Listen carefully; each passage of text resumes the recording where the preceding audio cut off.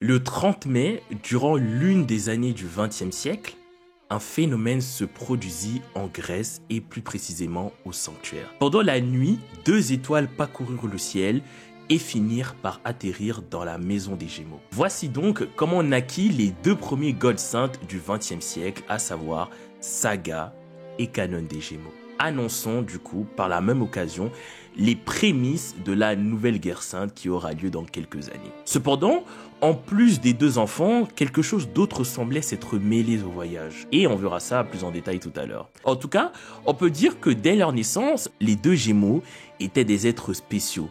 Dès leur venue au monde, Saga et Canon traînaient dans le berceau de la chevalerie, autrement dit, le sanctuaire. C'est d'autant plus curieux que eux qui ont été les premiers à suivre l'apprentissage des saints fassent partie de ceux qui ont été le plus tentés par le mal et par le vice. La quête de grandeur pour l'un, la jalousie d'un statut pour l'autre.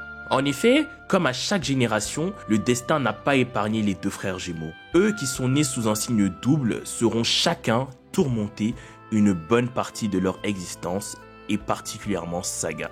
Ayant un faible pour les personnages perdus et en perpétuelle recherche de eux-mêmes, Saga, Canon, mais également Shaka sont sûrement mes personnages préférés de la première œuvre de Saint-Seiya. Le bien ou le mal, que choisir? Quelle est la voie que votre cœur désire réellement? Il est vrai que le bien est la voie sur laquelle les gens veulent s'engager normalement, mais qu'est-ce qui est tapé au fond du cœur de chacun? En fouillant dans le nôtre, ne trouverons-nous pas, nous aussi, en celui-ci, une once de mauvaises intentions? Je ne sais pas quelle est la réponse de chacun, mais ce qui est sûr, c'est que Saga, lui, souffrira de ce dilemme. Tout comme la lumière est à la fois une particule et une onde, Saga fut à la fois le bien, tellement qu'il fut comparé à un dieu vivant sur Terre, mais il fut aussi le mal à l'état pur. Un être vil et foncièrement méchant. Cette dualité le consommera tellement de l'intérieur que son armure finira elle-même par lui demander « Who are you ?» Si vous me suivez depuis longtemps, vous savez que je suis un très grand fan du personnage de Saga. J'ai déjà d'ailleurs fait une vidéo sur les Gémeaux que vous pouvez aller revisionner juste ici. Cependant, c'était il y a 1 an, c'était au début de la chaîne, et depuis j'ai tellement évolué, que ce soit dans la narration, au niveau du montage, dans l'animation, etc.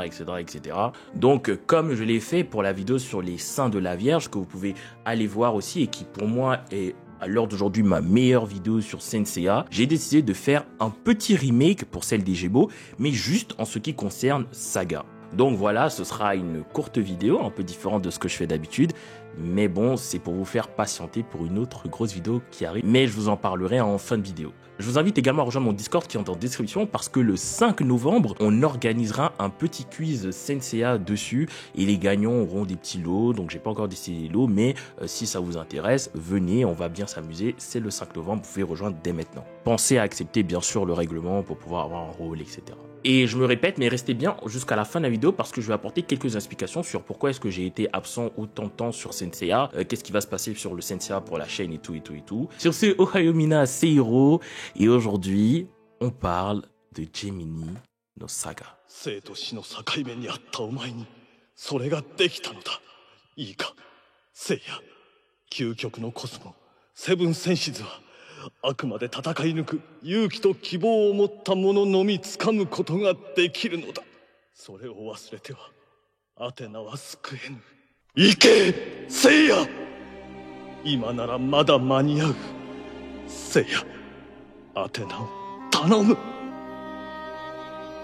Gemini no Saga, peut-être l'un des personnages les plus appréciés de la licence Saint-Seiya. Lui qui fut à plusieurs reprises désigné comme le plus fort des 12 Gods Saints de son époque, et parfois il est aussi apprécié pour cette fameuse dualité. Dieu ou démon.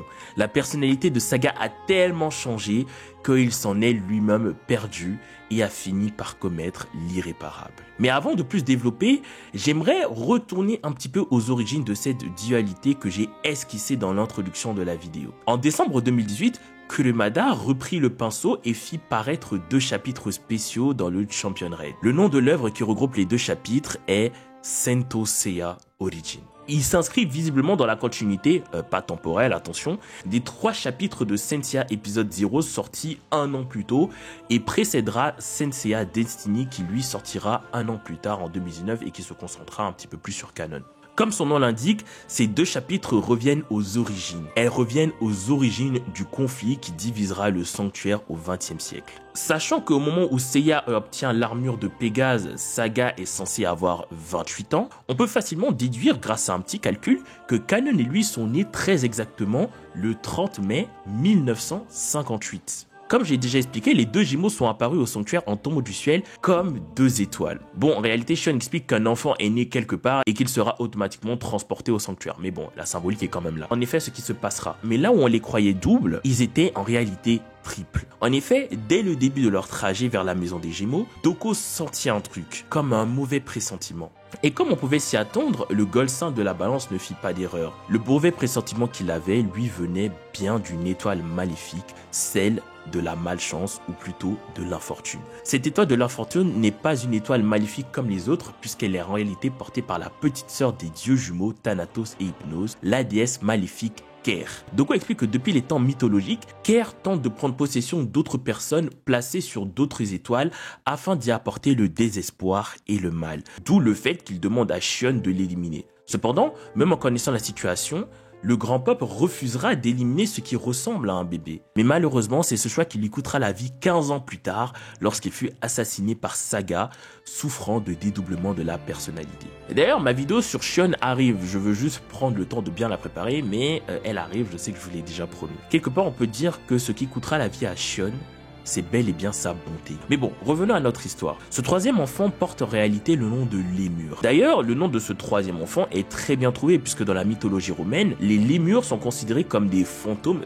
/ des spectres maléfiques. Ce sont des âmes d'hommes et de femmes qui ont connu une mort tragique et qui de ce fait n'arrivent pas à trouver le repos éternel. Ce lémur prit possession du corps d'un des jumeaux et ce jumeau fut Saga. Et c'est bien évidemment ce qui causera le dédoublement de personnalité de celui-ci. Et c'est aussi ce qui s'échappe du corps de Saga lorsque Seiya pointera le bouclier de la justice sur lui. Tout comme les lémures sont des armes tourmentées constamment, Saga lui sera aussi tourmenté pendant les 28 années de sa vie. C'est pour ça que je trouve très juste quand dans l'animé, Shaka explique qu'il ne faut pas juger Saga parce que c'est sûrement celui qui a le plus souffert. Même si c'est Ker qui pervertit le cœur de Saga, ceux qui sont en réalité responsables du maléfice de Kanon, c'est tout simplement le sanctuaire et ses règles absurdes qui ont obligé le cadet des Gémeaux à être inférieur à son frère. Ker le dit elle-même à Kanon, ce n'est pas l'incarnation du mal, c'est juste un homme qui a un complexe d'infériorité envers son frère, c'est tout. J'ai d'ailleurs fait une vidéo sur Kanon qui certes date pas mal maintenant, puisque ça fait plus d'1 an, mais qui est selon moi toujours d'actualité, donc je vous invite à aller la voir. Pour revenir à Saga, je trouve ça d'autant plus triste pour lui, sachant que sa véritable personnalité est celle d'un homme incarnant le bien, l'exemple de ce qu'est censé être un saint à la base, quelqu'un qui se bat pour l'amour et pour la paix. Cet homme avait tout pour lui, puissance, gentillesse, sage, élégance, mais il fut réduit à devenir un être abject. Saga fut un dieu, mais il fut aussi un démon, celui dont l'âme est bonne, mais les actes mauvais, une dichotomie insupportable. Comme enseignement personnel, j'y vois surtout une leçon d'humilité. Peu importe tes qualités ou tes privilèges, nul n'est à l'abri de sombrer dans le mal. Voilà pourquoi il ne faut pas juger l'autre seulement sur ses actions, mais plutôt parfois, quand c'est possible du moins, essayer de le comprendre. Pourquoi agit-il ainsi? Pourquoi me hait-il? Pourquoi fait-il le mal? Comme le dit Shaka, il n'existe ni mal parfait, ni bien absolu. La seule vérité, c'est la vanité du monde, c'est tout. Aussi vil que pourra vous paraître quelqu'un, vous pourrez toujours trouver du bien en lui, et le contraire fonctionne également. Et c'est justement pour ça que malgré les actions douteuses de Saga, Shaka a toujours cru en lui. Je l'ai dit tout à l'heure, Saga a sûrement dû être constamment tourmenté pendant sa possession. Ce que je veux rajouter aussi, c'est que dans Senseiya Origin, après avoir tenté de tuer Athéna, Saga voulut se suicider, mais c'est Ker qui l'en a empêché. Quand tous les Gold Saints se sont rendus compte qu'ils suivaient le mauvais chemin, sauf pour Deathmask et Aphrodite qui eux le faisaient de leur propre chef, ils ont tous pu mourir de façon digne et confier le sort de Athéna au chevalier de bronze. Par contre, Saga, lui, fut obligé de continuer à vivre dans cette impureté, même le choix de mourir ne lui était pas donné. Voilà pourquoi quand il fut enfin capable de demander pardon à sa déesse, il fit le choix de mettre fin à ses jours. Peut-être était-ce également un acte de bonté que de laisser Saga s'éteindre et enfin reposer en paix. Malheureusement, une fois dans l'au-delà, il fut aux côtés des autres Gold Sand morts pendant la bataille du sanctuaire, enfermés au Cossite. Mais il put quand même, au fin fond des enfers, à la Judéka, devant le mur des lamentations, faire une dernière action pour le bien d'Athéna. Voilà donc ce qu'a été la vie de Saga.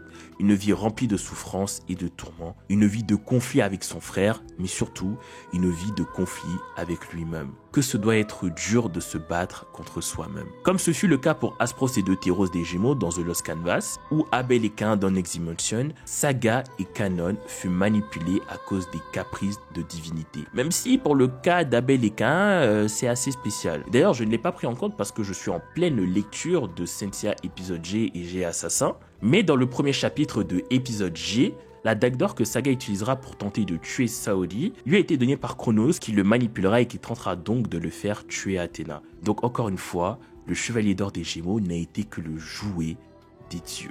C'est très curieux parce qu'on disait de lui qu'il était un dieu vivant sur terre, mais au final, ce n'était que le pantin de dieux maléfiques avec de mauvaises intentions. C'est donc ainsi que je vois Saga, l'homme en qui a cohabité le bien et le mal, l'homme qui fut à la fois Dieu et démon. Voilà, j'espère que cette vidéo vous aura plu, tout simplement. Si c'est le cas, je vous invite à mettre un petit like et à vous abonner si ce n'est pas encore fait. À aussi aller voir toutes mes autres vidéos de Sensia, la playlist est là, vous pouvez la trouver la playlist dans l'onglet playlist, et il y en a plein. La vidéo sur Shion, comme je vous l'ai dit, elle arrive, je suis en train encore de la préparer. En fait, comme il apparaît dans plusieurs romans, dans plusieurs parties de Sensia The Lost Canvas Chronicles, faut que je me les refasse tous et j'ai pas encore trouvé le temps de tous me les refaire parce que j'ai plein d'engagements et tout. Mais ça va arriver, j'espère qu'elle arrivera en novembre, je vais tout faire pour. En tout cas, j'y travaille. Bref, maintenant j'ai envie de parler d'un sujet un peu plus sérieux, ça va être un tout petit peu long, donc restez quand même, mais c'est important je pense, en tout cas c'est important pour moi d'en parler. Alors vous avez remarqué que ma dernière vidéo, si on compte pas celle-ci, sur Sensia date de 4 mois, et même à l'époque, j'avais déjà arrêté un peu d'en faire, je commençais un petit peu à doser, etc. Et je voulais apporter une explication pour que vous puissiez comprendre pourquoi est-ce que ça s'est passé comme ça. Bon, la première raison c'est que j'ai fait énormément de vidéos sur Sensia, ça a été le premier manga qui a marché sur ma chaîne et je suis très content de ça. J'adore Sensia, c'est mon deuxième manga préféré juste après Naruto et j'ai un rapport très très spécial que je n'ai pas même avec Naruto à Sensia, un rapport émotionnel qui est grandiose. De toute façon, je pense que si vous avez déjà regardé mes vidéos de Sensia, vous le savez, vous les avez vues, etc. Donc j'ai commencé à vouloir me diversifier parce que je ne veux pas juste faire du Sensia sur ma chaîne, je veux faire plein d'autres choses. J'ai commencé avec Naruto, petit à petit, j'ai commencé ça en août 2020 je pense, à me diversifier même un peu avant, et petit à petit jusqu'à ce que je sorte, à un moment je sortais autant de vidéos Sensia que d'autant de vidéos pas Sensia, très souvent des vidéos Naruto. Et là aussi je fais pareil, là j'ai commencé à sortir beaucoup de vidéos Naruto, je suis très content, ça marche très très bien, mes vidéos Sensia aussi marchaient très très bien à l'époque, j'aurais pu continuer, ça ferait masse de vues, et aujourd'hui mes vidéos Naruto aussi c'est pareil, ça marche très très bien, et je commence aussi à un peu plus doser, je vais continuer à en faire, parce que bon il y a Boruto donc ça continue, donc c'est plus simple de trouver encore de nouveaux sujets de vidéos, mais là je suis en train un peu d'introduire Bleach, et petit à petit c'est comme ça en fait, et voilà c'est ce que je veux faire, je fais ce que mon cœur désire, même si voilà ça fait des vues et tout. Avant tout j'essaye de mon mindset entre guillemets c'est ok je veux faire des vues c'est sûr, moi je veux vivre de YouTube, c'est un rêve, mais voilà je prends ce que j'aime et j'essaye de faire en sorte que ce que j'aime fasse des vues. Mais c'est quand même bizarre parce que je suis vraiment resté 4 mois, déjà même après la vidéo sur la Vierge, je suis resté je crois 2 mois sans faire de vidéo CNCA, et après je suis resté 4 mois sans en faire, donc qu'est-ce qui s'est passé? Et je vais pas forcément m'en plaindre là maintenant, mais je vais parler et je vais juste faire une annonce pour un peu mettre les choses au clair parce que c'est insupportable. Alors, il y a un truc dans la communauté CNCA qui est lié au fait que c'est un vieux manga. Donc du coup, la communauté est beaucoup plus âgée que d'habitude, que la communauté des autres mangas. Donc la communauté comme Naruto, Hunter x Hunter, etc. Même si Hunter x Hunter, c'est pas non plus très très loin. Et alors, il y a, je dirais que 80%, même 90% des commentaires de personnes plus âgées, je ne veux pas forcément dire vieux, mais des commentaires de personnes de 30, 40, 50, 60 ans envers mon égard, ils sont cool. J'ai plein de personnes, j'ai pas envie de dire âgées parce que ça fait bizarre, mais vous avez capté, de personnes on va dire, plus adultes à mon égard qui sont très bien. Les gens qui m'ont dit ah tu m'as permis de retrouver la passion Cynthia et il y en a plein qui commentent tout le temps mes vidéos Cynthia et ça me fait grave plaisir et franchement je vous en suis vraiment reconnaissant. Mais malheureusement il y a une très très grosse partie de la communauté Cynthia des personnes âgées qui est insupportable. Il y a une condescendance, mais une condescendance dans les propos de certains qui est insupportable et que franchement je supportais plus en fait. Alors oui, la Cynthia c'est pas la seule communauté qui a une mauvaise communauté et tout. Chaque communauté a sa part d'ombre entre guillemets. Sauf que personnellement, je suis beaucoup plus clément quand c'est des gamins qui vont m'insulter ou des gamins qui vont me dire des conneries parce que voilà, je me dis que c'est des enfants, ils sont bêtes, etc. Mais quand c'est des darons de 40, 50 ans, enfin des gens qui ont l'âge de mes propres parents en fait. Genre je trouve ça bizarre d'insulter. C'est pas des insultes, ça va pas être des grossièretés, mais ça va être une condescendance incroyable. Une fois, je traînais on m'a envoyé plutôt un screen qui venait d'un serveur Discord, je crois, ou non, je crois que c'était d'une page Facebook, où la personne disait carrément oui, en fait, cette vidéo, elle est dangereuse. Et il disait cette vidéo est dangereuse. Je crois que c'était un de mes tops sur Sensei Omega. La personne disait que ma vidéo est dangereuse parce qu'il n'était pas d'accord avec moi. Et parce que je m'étais même pas trompé. Et ça arrive de me tromper. L'erreur est humaine. Voilà, ça arrive de se tromper. Mais est-ce qu'on est obligé, quand une personne se trompe, de toujours être là, ah oui, c'est du n'importe quoi, vous les jeunes, vous êtes ceci, vous les jeunes, vous êtes cela, vous avez rien compris à Cynthia. C'est violent, en fait. C'est très violent. Et moi, je me dis, moi, j'ai 19 ans. J'en ai bientôt 20. Vous avez, pour la plupart, plus du double de mon âge. Vous avez 2,5 fois mon âge pour certains, voire 3 fois mon âge pour certains. Vous n'avez pas autre chose à faire que de venir sous les vidéos d'un jeune, enfin d'un mec qui va devenir adulte, qui fait de son mieux et qui travaille, et qui travaille sur un projet sérieux, et de venir raconter des conneries sérieusement. Et bref, c'est pas la première fois que je m'en plains. Je sais que je suis pas le seul créateur Sensei à qui c'est lié.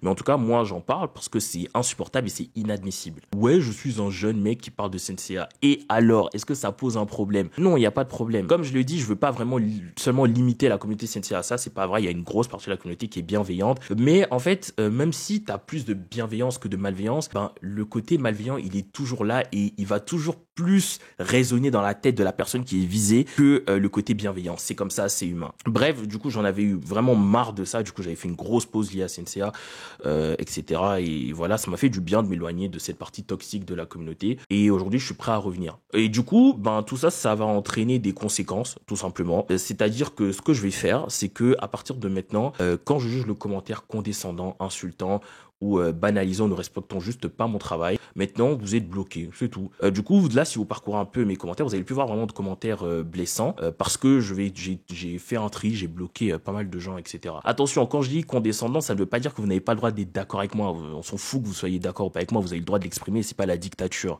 Cependant, je ne suis pas... je sais pas comment je vais le dire poliment, mais en tout cas, je ne suis pas enjoué. C'est-à-dire que je ne vais pas me laisser insulter au nom d'une pseudo-liberté d'expression ou quoi. Donc à partir de maintenant, c'est simple. Votre commentaire insultant, irrespectueux ou quoi, tout ce que j'ai cité, vous êtes bloqué, un point, c'est tout. Mais comme je le dis, vous avez le droit de pas être d'accord avec moi et vous avez le droit de l'exprimer en commentaire. Encore heureux. Mais juste, il faut le faire déjà dans un langage correct. Quand je dis un langage correct, c'est pas un langage sans faute, mais c'est un langage approprié et un langage cordial. On n'est pas des sauvages, vous n'êtes pas meilleur que moi parce que vous avez 60 ou 50 ans.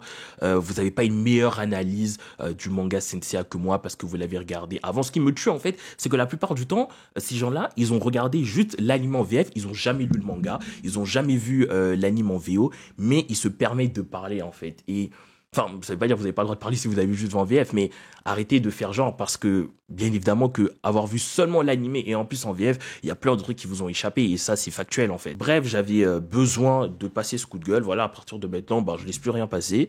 C'est très simple. Et je me protège, voilà, tout simplement. Du coup, comme j'ai dit, la vidéo sur Shion arrive bientôt. Merci de m'avoir écouté. Celle sur Doko aussi va arriver. Je suis en train de penser à en faire une sur les Capricornes, etc. Je suis en train de lire Sensei épisode G et G Assassin. Donc, quand j'aurai fini, je pense que j'en ferai peut-être une sur les Capricornes. Et sur ce, portez-vous bien, prenez soin de vous. C'était Hiro.